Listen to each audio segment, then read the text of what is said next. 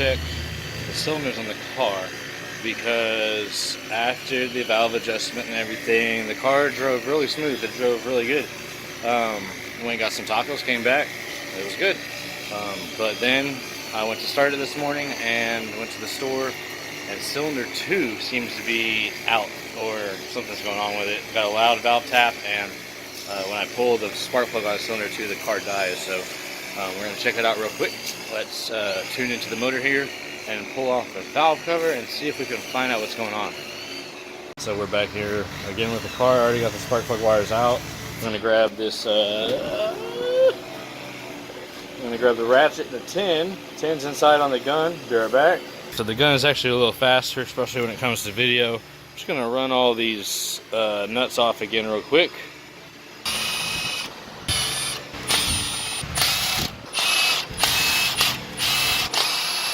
Okay, and so after removing all the nuts and washers, except for one of them because it likes to stay on, which is kind of normal.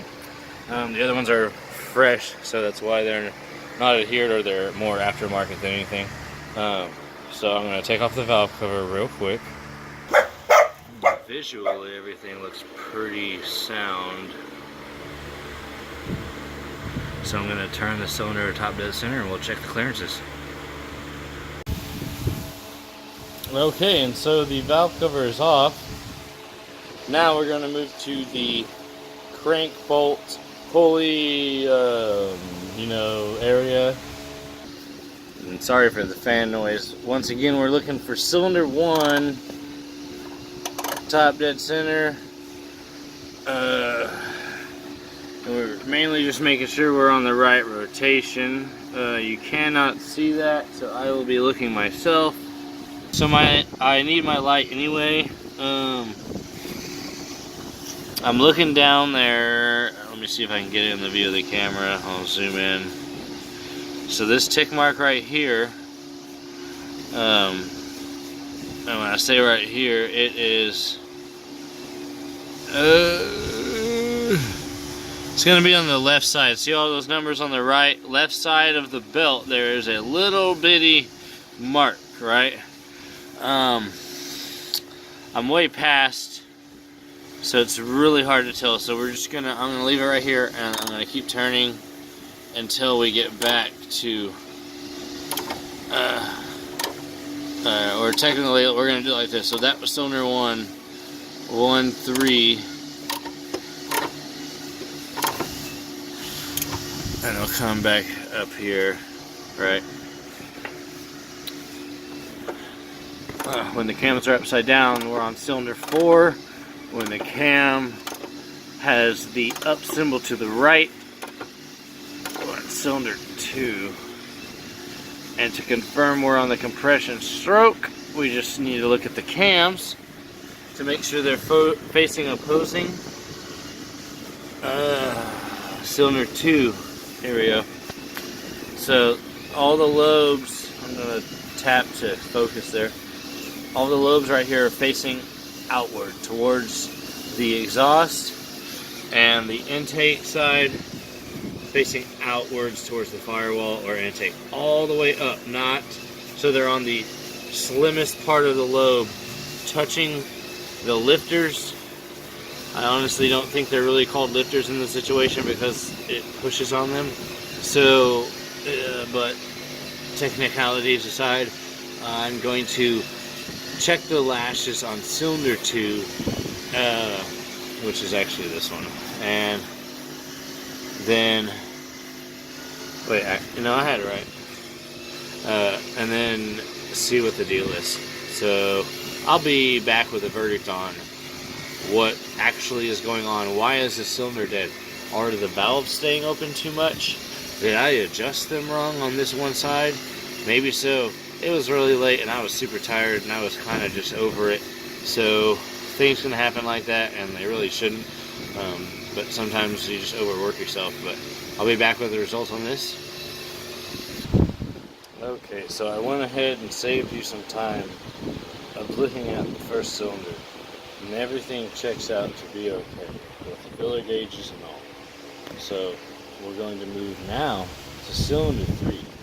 1, 3, 4, 2, and see what's going on with, because right now, so cylinder 1 should be on a compression stroke. So all valves should be technically closed, allowing slack in between your lifter, pusher, and your valve here. So you'll hear, or am I on one? Yeah, we're on one. Okay, so yeah, you hear that noise? That's the slack, right? So now we're gonna move to cylinder 3. Cylinder 3 should be in like an exhaust stroke or something like that, right?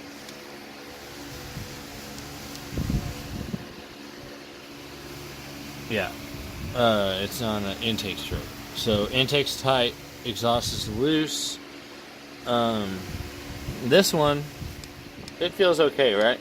Very similar to these and these, but when I feel this one, look at how much that moves. Something happened there. I really think it has to do with this nut. Something happened there. So we're going to fix that. We are going to fix that. So I'm going to tighten that down. We're going to come over here to our cam gears. We're going to turn them 90 degrees, just like before.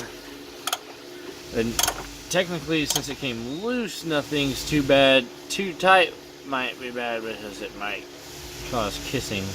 But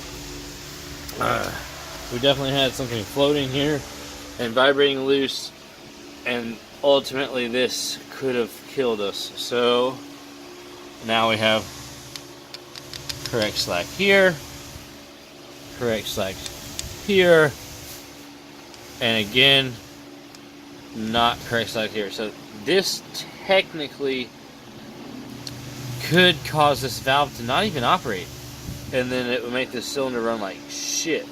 So I'm going to check this one and redo this one, and I'll be right back. Alright, so valve cover's on. We just need to tighten these 10mm nuts all around. You're going to be using the gun on number 1. We'll work our way in.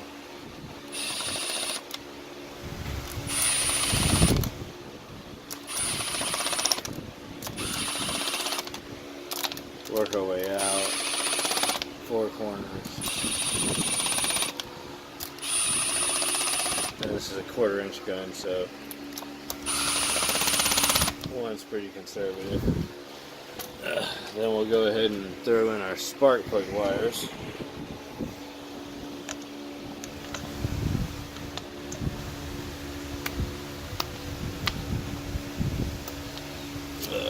Now that everything's tight, let's see if it runs better. Alright, so it's all together, and let's see how it sounds now. Maybe it'll sound like it did last night.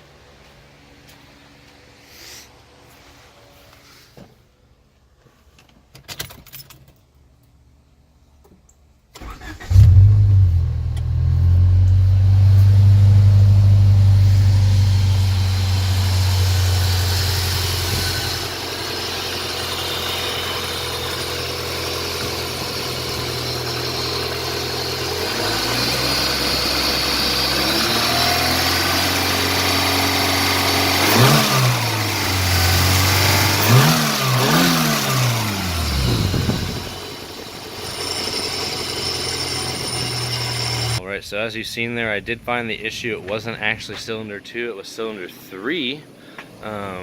I guessed 2 from the spark plug pull, but I guess that's just one of the spark plugs that really makes the motor die out. But it was really due to just working myself too much that day, and then getting confused during like the valve adjustment and stuff like that. When I was on cylinder 2, I switched to 3 on accident, and that's where I believe things kind of got a little confused in my mind, and you know, either that one didn't get tightened or didn't get tightened all the way, and then that's how it got loose, and that's what ended up to it kind of being like a valve not even working, and then making the car sound like it was missing and so on. But now the car is A1, we're good, and on to the next thing. I do apologize, I haven't come out with the content on the rest of the building of the motor. I have some valve lapping stuff and cylinder head to block stuff coming on that, but I just have to edit the videos. And then we're moving on to Project Civic, the EJ1 over here. We're going to be converting that to a 5-speed, and the Mazda gets a clutch soon too, so all we got to do is get that one pulled in and start pulling everything out of it. I've actually already got some of the stuff out, but I pulled it back out of the garage so I could finish up the Integra and get it on the road. It is currently my daily driver. Got it back over here, and took it to a car meet the other day. It got a lot of attention. I cleaned up the headlights and stuff. I did the right now they're a little wet, but I did the bug spray DEET treatment on them, and came out pretty good. I'm not using those headlights, so I've just kind of been doing that. It's been a great alternative to actually doing the headlight cleaning because of how much effort goes into the headlight cleaning. With this, it's more of just a wax on, wax off, and your headlights are clean. So again, I do appreciate y'all watching the videos. Hope y'all enjoy the content. More to come soon. I'll see you in the next video. Peace.